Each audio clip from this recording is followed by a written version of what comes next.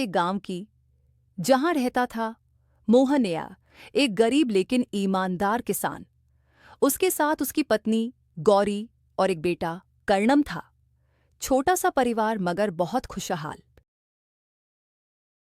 मोहन के पास केवल 2 बीघा जमीन थी जिस पर वो मेहनत करता था, लेकिन अब उस जमीन की मिट्टी जवाब देने लगी थी। हर साल फसल की पैदावार कम होती जा रही थी। एक दिन वो अपनी जमीन के किनारे बैठा कुछ सोच रहा था। अब इस जमीन से गुजारा नहीं होगा। शायद मुझे कोई और काम या जमीन देखनी पड़ेगी। मोहन उठता है और घर जाकर गौरी से बात करता है। गौरी, हमारी जमीन अब साथ नहीं दे रही। सोच रहा हूं कुछ समय के लिए खेती छोड़ दूं। गांव के जमींदार हरिहर काका बहुत नेक हैं।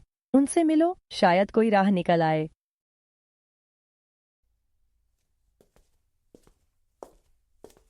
अगले दिन मोहन सीधे हरिहर काका के घर पहुंचता है।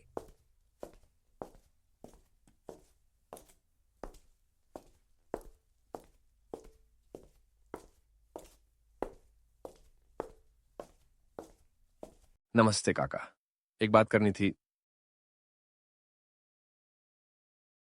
हाँ बेटा, बोलो। मोहन अपनी परेशानी बताता है। हरिहर काका थोड़ी देर सोचते हैं और फिर, बेटा, मेरे पास गांव के बाहर एक खेत है। तुम चाहो तो वहां खेती कर लो, मेरा भी भला हो जाएगा। काका, आप फरिश्ते हैं। मैं कल से काम शुरू करता हूं। अगली सुबह मोहन गांव के बाहर खेत पर काम करने जाता है, लेकिन तभी एक जहरीले सांप ने उसे काट लिया। कुछ ही देर में मोहन बेहोश होकर जमीन पर गिर पड़ा।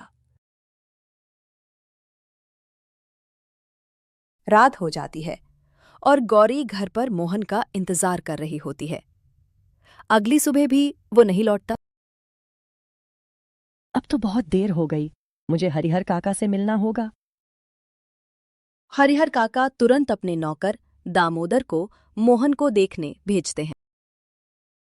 काका, मोहन को सांप ने काटा है, वो अचेत पड़ा है।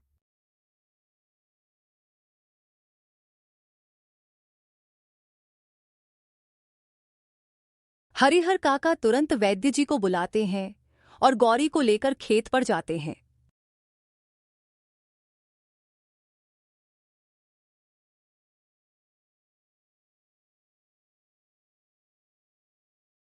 जहर बहुत देर तक शरीर में रहा है। अब वह प्रगाढ़ बेहोशी में है, यानी जीवित है, पर होश में कब आएगा कह नहीं सकते। गांव वाले मोहन को घर लाते हैं। गौरी टूट जाती है, लेकिन हार नहीं मानती।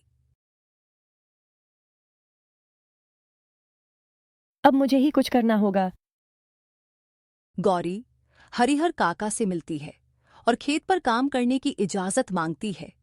काका उसे गांव के अंदर वाले खेत पर काम करने को कहते हैं ताकि वो घर का भी ध्यान रख सके। गौरी दिन में खेत पर काम करती और शाम को गांव के घरों में काम। धीरे धीरे फसल अच्छी होने लगती है और उसकी मेहनत रंग लाती है। बेटा, तुम मन लगाकर पढ़ाई करो। तुम्हारे पिताजी का सपना है कि तुम अफसर बनो। हाँ माँ, मैं अफसर बनकर दिखाऊंगा। कुछ महीने बीतते हैं और एक दिन मोहन को होश आ जाता है। वक्त गुजरता है, करण एक अफसर बन जाता है। गांव वाले आज भी इस परिवार की मिसाल देते हैं।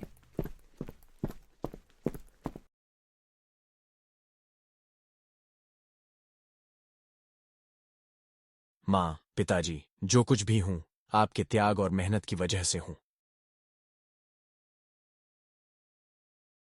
तो दोस्तों, ये थी एक माँ की मिसाल, एक प्रेरणादायक कहानी जो सिखाती है कि माँ का त्याग किसी भी तूफान को मात दे सकता है।